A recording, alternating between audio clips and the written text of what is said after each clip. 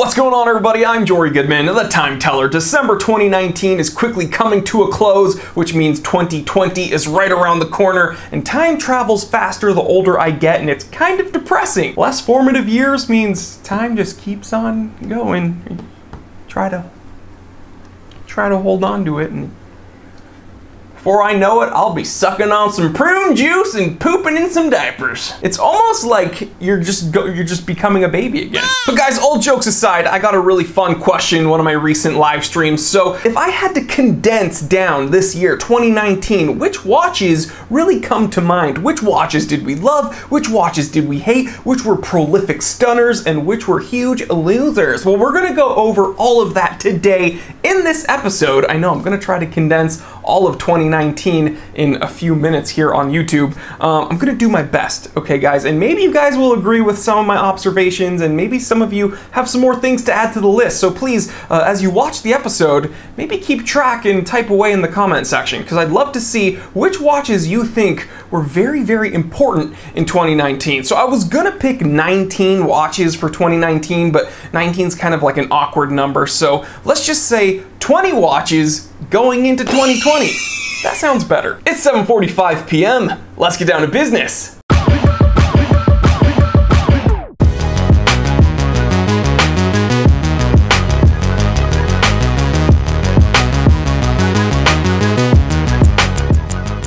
Alright, so the first watch that really made a stir in 2019, or the first watch that comes to mind, is the Rolex Batman. That's right, the GMT Master 2. You know, every year, the whole watch world just kind of goes crazy. Oh my god, is this the year that Rolex is gonna discontinue the Submariner? They won't. They never will. And they didn't in 2019. But you know what they did do? They gave us a brand new and improved Rolex GMT Master 2 with...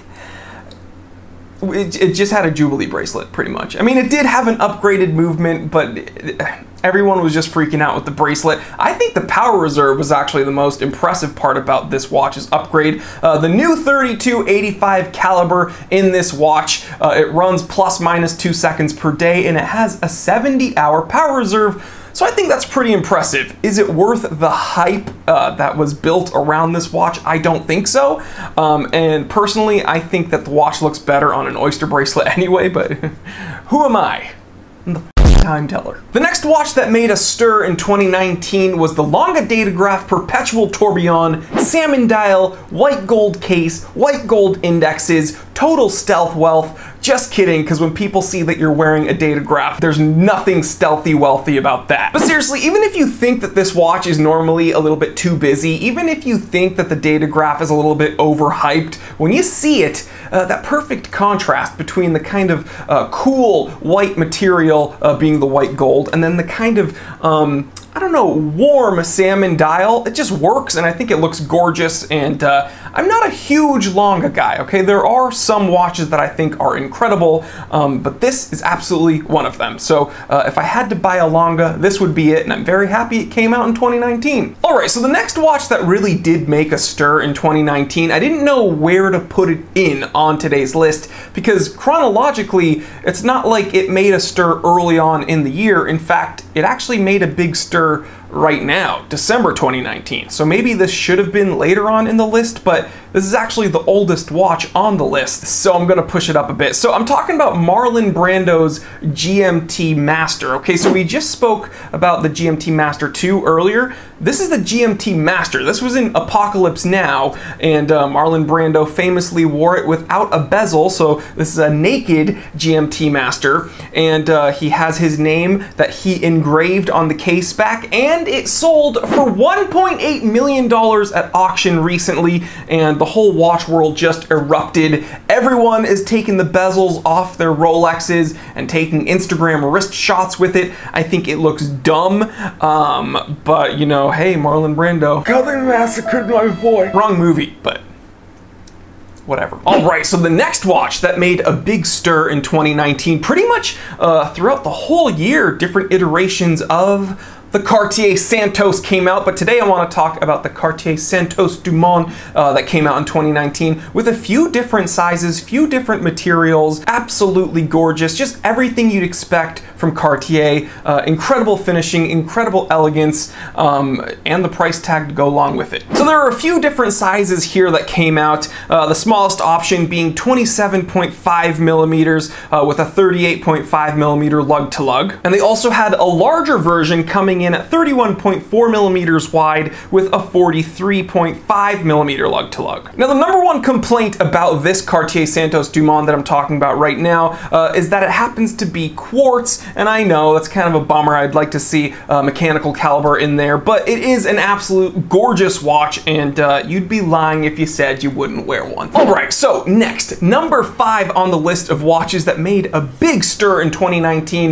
This one, especially with me, because I am obsessed with this watch. This is probably my favorite watch on the list. The Mont Blanc Heritage PULSOGRAPH, gorgeous stainless steel case, salmon dial. There's a theme here, guys. Any salmon dial watches that came out in 2019, I am obsessed with. Let's be honest, any salmon dial watches that came out whenever, I'm obsessed with. But specifically this watch, the different finishing, the different textures on the dial alone, it is absolutely gorgeous. But again, the cool steeliness of that stainless steel case with the kind of interesting, warmer salmon dial, I just love it. So there's a lot to like about this watch outside of that gorgeous salmon dial. I love how some of the markings around the chapter ring are kind of a nice powder blue. You wouldn't think that that salmon and powder blue would work so well together, but it's absolutely gorgeous. The dual registers are just very simply applied, and again, the texturing that goes around the Arabics, or I should say the indexes, and then the 6 o'clock and 12 o'clock Arabics that are just raised up a little bit.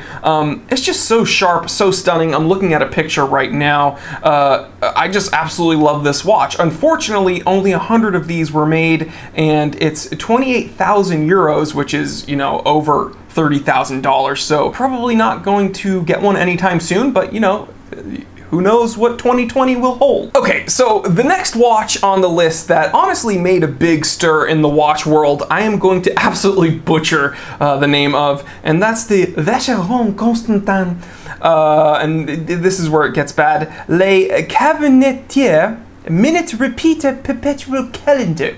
Okay, so the rest, the minute repeater perpetual calendar part, that was easy, but the Vacheron Constantin Le Cabinetier minute repeater perpetual calendar. Now, once upon a time, Vacheron did have one of the thinnest mechanical minute repeater watches ever. They actually hold a record. Now, they don't hold a record anymore, but this is still ridiculously thin, coming in around 3.9 millimeters.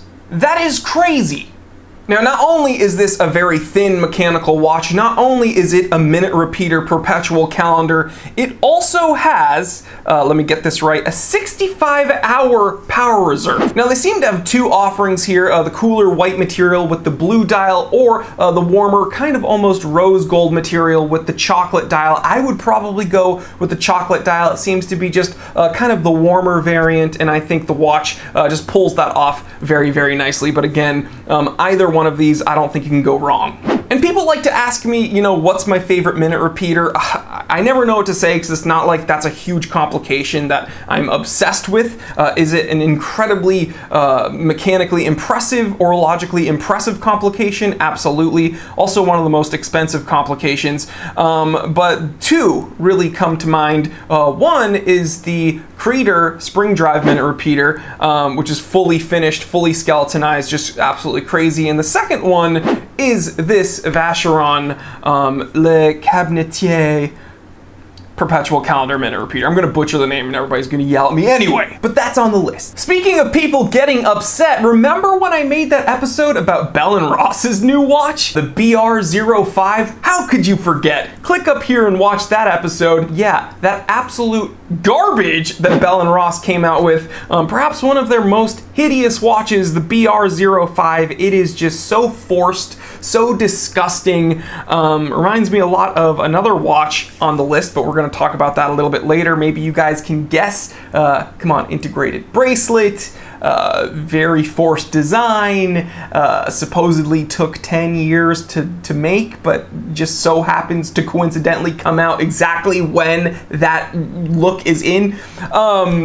We'll talk more about that. But this Bell & Ross, I made an episode about it, and I ripped it up and down, and people got upset with me for it. So yeah, it's just forced, ugly, disgusting. We get it. 2019 is the year of integrated bracelets, blue dials, blah, blah, blah, blah, blah, blah. Bell & Ross, you suck. Okay, so while that watch made me upset, let's talk about another watch that actually made me happy. The Vacheron Overseas Perpetual Calendar Ultra Thin. Now they had a few different offerings of this as well. I love the gold with the blue dial. Absolutely gorgeous. I was so excited to see this when it was released. Of course, I can't afford one, but you know, again, 2020, you never know. Absolutely gorgeous watch. If you need a luxury sports watch in precious metal, how can you do better than this? Man, when we're talking about designs that aren't forced, when we're talking about integrated bracelets and blue dials that are done properly, go with the absolute king, top tier. This is as good as it gets, the best of the Holy Trinity, Vacheron Overseas, the underdog. I absolutely love it. And speaking of blue dials getting everyone pissed off, all hot and bothered, who could forget the Blue Alpinist? Yell at me in the comment section. That's right, SEIKO made absolute waves releasing the SPB 089, and yeah, the blue dial, everyone wanted one. People scooped them up. It was a very sloppy release. I made a few episodes complaining about that. I was lucky enough to get one from a good friend, Merrick. He is also the host of the Watch Rotation podcast. Please check it out. I've been listening, and he has some really good stuff there. So yeah, my buddy Merrick was able to get one, and we didn't have to support the resellers. He got one for me, and I was very, very happy. But I know just a really just uncomfortable, sketchy, sloppy release by SEIKO and that company that starts with H. Can you guess? Can you guess the company that starts with H?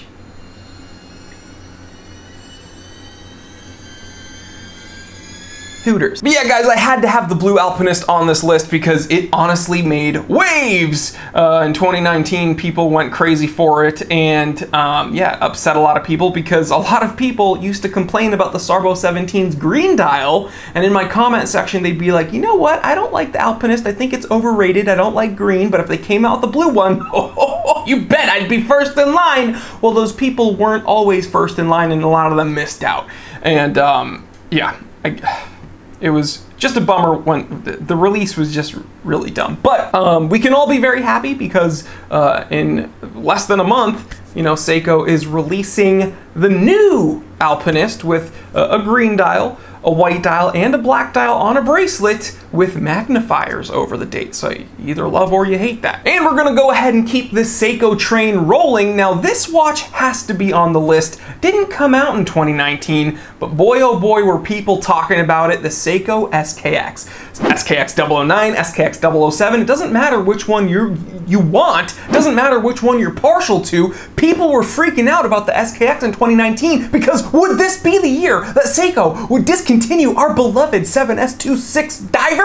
Yes, and it was replaced with the next watch on the list. People are calling it the 5KX because I guess 5 looks like an S. It is not an SKX, it will never be an SKX. It shouldn't have replaced the SKX because this is garbage, doesn't have a threaded crown, doesn't have an ISO rated case. The thing is a fashion watch, it should not ever go near water, it is gross! We're gonna go ahead and move on to the next watch on the list that I actually, you know, it's better than this stupid SEIKO 5 garbage. I'm about to pass out, actually. All right, so we're talking about SEIKOs that made a big wave in 2019. Who could forget the Grand SEIKO SBG A403 20th anniversary limited edition spring drive? That's right, celebrating that spring drive movement. Now, I'm gonna be totally honest. The finishing on this watch, and I've seen them, gorgeous, very sharp, everything you can expect expect from a Grand Seiko, just ridiculous amounts of detail. Every angle, every edge, every surface is finished perfectly. I'm just not a huge fan of that dial. I think they probably could have given it a much more beautiful dial celebrating that spring drive movement.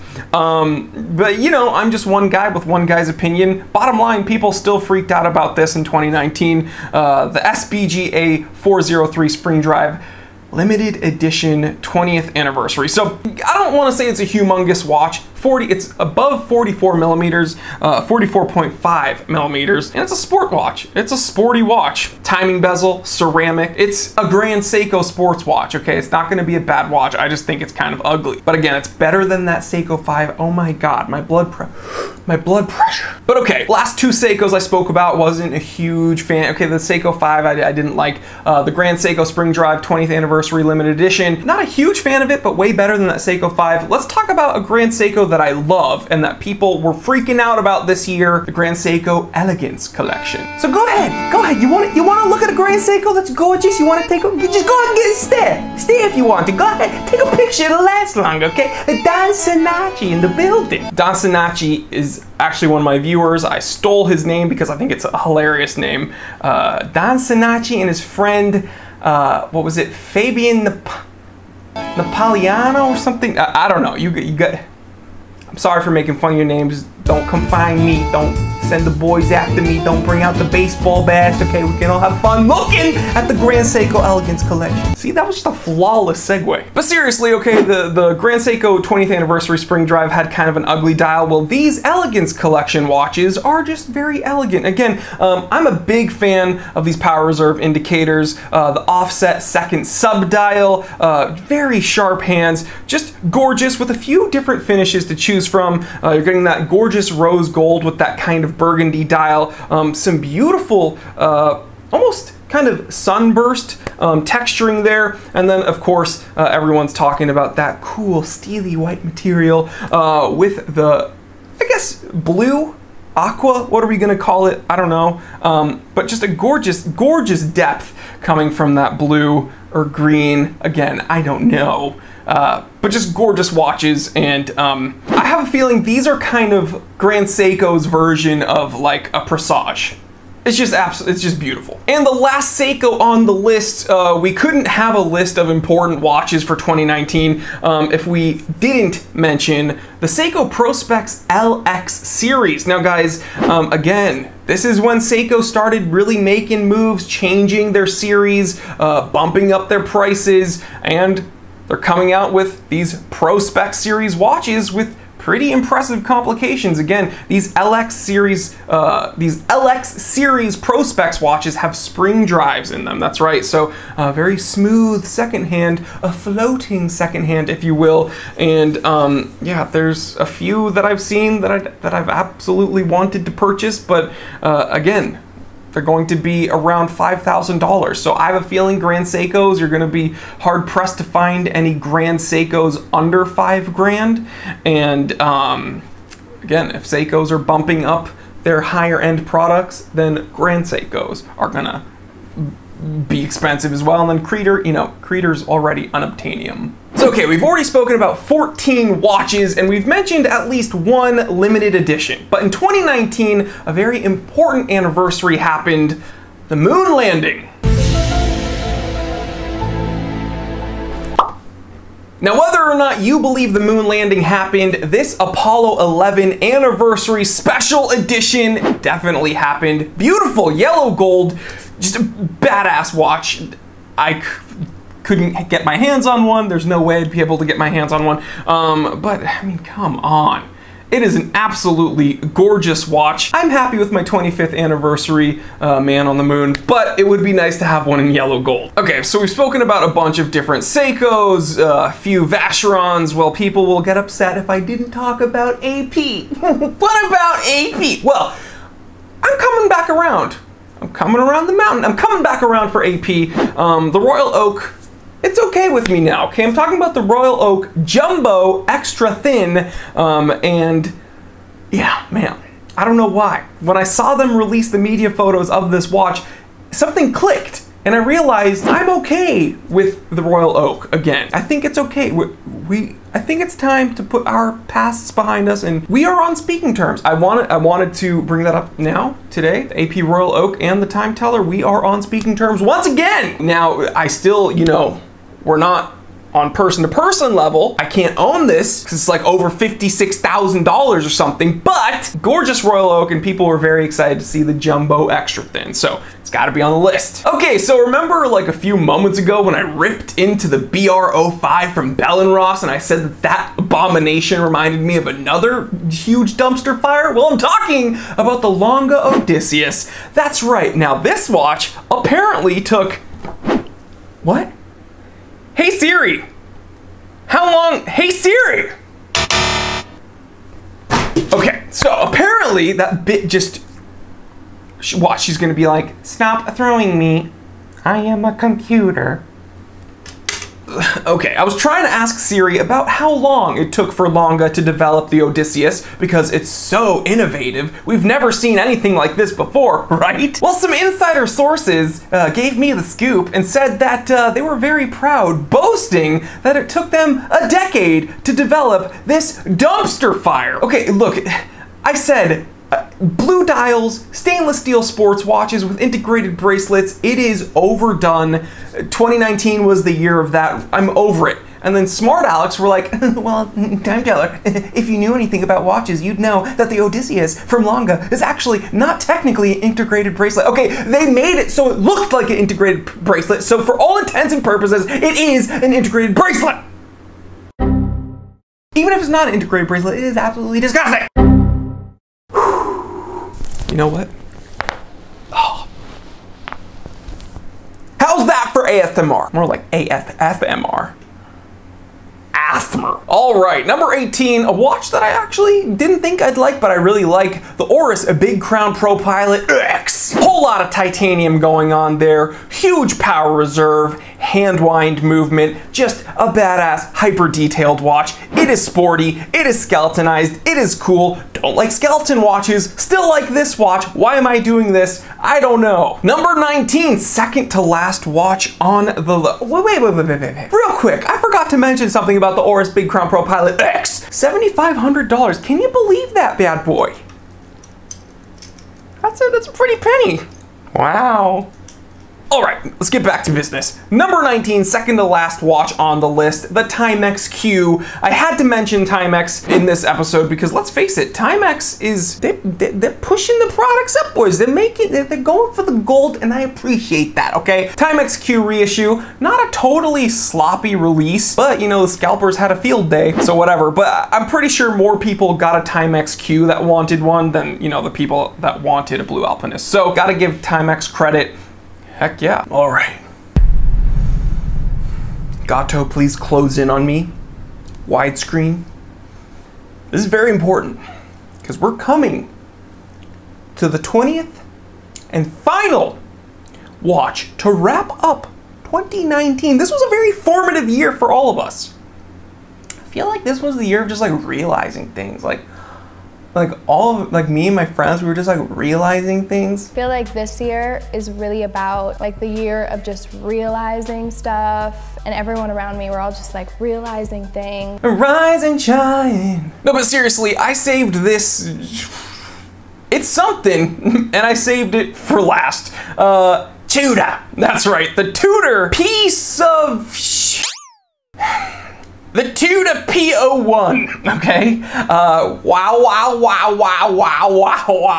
Now I said I was done talking about the SKX for this episode. Well, I lied because Tudor, they developed their own. Okay, this watch is bad for, even for Tudor, this is bad, okay? Like, I get it. I love the SKX, I love the 4 o'clock crown, bezel, cool, dial, fine. But what is with that in between the legs? What is it? How do you use that there contraption? This is terrible. Tudor never should have done it. When I said Tudor should make something other than the Black Bay, I didn't mean make an SKX. Who knows, maybe Tudor knew that SEIKO was gonna like discontinue their SKX and they're like, hey, SEIKO needs something with a threaded crown. I don't know, guys. This watch has a cult following already, and I think Tudor fanboys will you know, they're gonna validate whatever Tudor does, and they're gonna say, good job. I'm sure that Beckham already has one on his wrist, so, you know, David Beckham. Man, terrible watch, but it deserves to be on the list because 2019, baby. But all right, guys, so this isn't the last review for 2019, but I figured this is a good way to send off the year. Now, I want to say Happy New Year, an early Happy New Year to you guys out there, and I want to thank you for everything we've accomplished. You know, we're past 82,000 subscribers. Even getting like to 80,000, I never thought that would happen, and you know, more people are joining the channel every day, and I'm so happy. We got to break past 10,000 followers on Instagram. We're almost at 20,000 there. We broke past 17,000 recently. And then we started the Time Teller shop. Just everything that I've been able to do, I couldn't have done a single bit of it without you guys. Seriously, you watching this right now, thank you so much. You made this possible. And I'm just so happy that I can be wonky and silly and yell at the camera, and you guys are enjoying it. So it's just, it's so fun. I look forward to hanging out with the regulars every Saturday for the live streams. It's just incredible, and I'm lucky, I'm blessed, and you know, to hang out and shoot the shit about things that I'm passionate about, wristwatches with other people that are passionate about this. It's just incredible. So I'm very happy, I'm very lucky, and I'm very blessed. So I wish you guys a very happy, very healthy new year, and I'm gonna see you before the new year, don't worry. But here's to 2019, guys. It was a good one, and onward to 2020. All right, guys, I wanna thank you so much. There's a ton of ways to support the channel. Easiest one, click the subscribe button if you haven't already. Hit the bell icon so you don't miss out on any of the content we're gonna do this year and next decade. Dad joke. See you next decade. But yeah, if you're trying to get some last minute holiday shopping done, I have a whole list of stocking stuffers with affiliate links in the description below. So if you click that link, it'll take you to my Amazon store, and you help the channel out a bunch when you shop there. Or you can check out www.thetimetellershop.com. That's my personal website. And yeah, but again, just subscribe, just watch the episodes and have some fun. I love you guys. Like, comment, subscribe, share this with other watch enthusiasts, other people that you think would enjoy this. I'm Jory Goodman, the Time Teller. Always remember, I didn't invent time. I just tell it. Real quick, if you enjoyed this episode, then do not worry, the fun doesn't need to stop here. Check out these recommended episodes that are gonna be popping up on the screen anytime now. Also, take a moment, check out my brand new channel, the Time Away channel. It's where I talk about everything outside of the watch world, some of my other collections, some of my other hobbies. And if you're not interested in any of that, don't worry, just stay right here and I will see you right here. Because I never leave. I am trapped inside of this camera. Happy New Year.